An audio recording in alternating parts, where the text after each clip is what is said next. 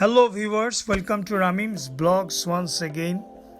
2020 সাল গত হয়েছে আর 2020 সালে পদ্মা সেতু বাংলাদেশের সবচেয়ে বড় অর্জন, যা গত 10 ডিসেম্বর মুন্সিগঞ্জের মাওয়াপান্তে 41 নম্বর স্প্যানটি স্থাপনের মাধ্যমে পুরো ব্রিজটি দৃশ্যায়িত হয়ে গেছে, যেটা কিনা পুরো দেশের দক্ষিণ পশ্চিম অঞ্চলে প্রায় 22টি জেলার মধ্যে সরাসরি সংযোগ স্থাপিত হবে এবং দিনে প্রায় 24,000 গাড়ি চলাচল করবে।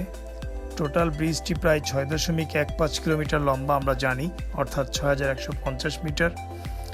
এর 12 এবং 13 নম্বর পিলারের মাঝখানে যে 41 নম্বর স্প্যানটি বসানো হয়েছে আপনারা দেখতে পাচ্ছেন ছবিতে, ভিডিওটিতে।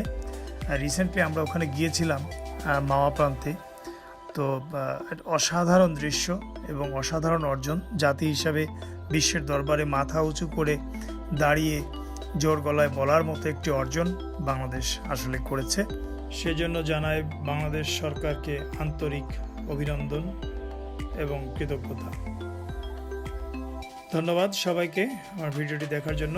লাইক, কমেন্ট, সাবস্ক্রাইব করে পাশেই থাকুন।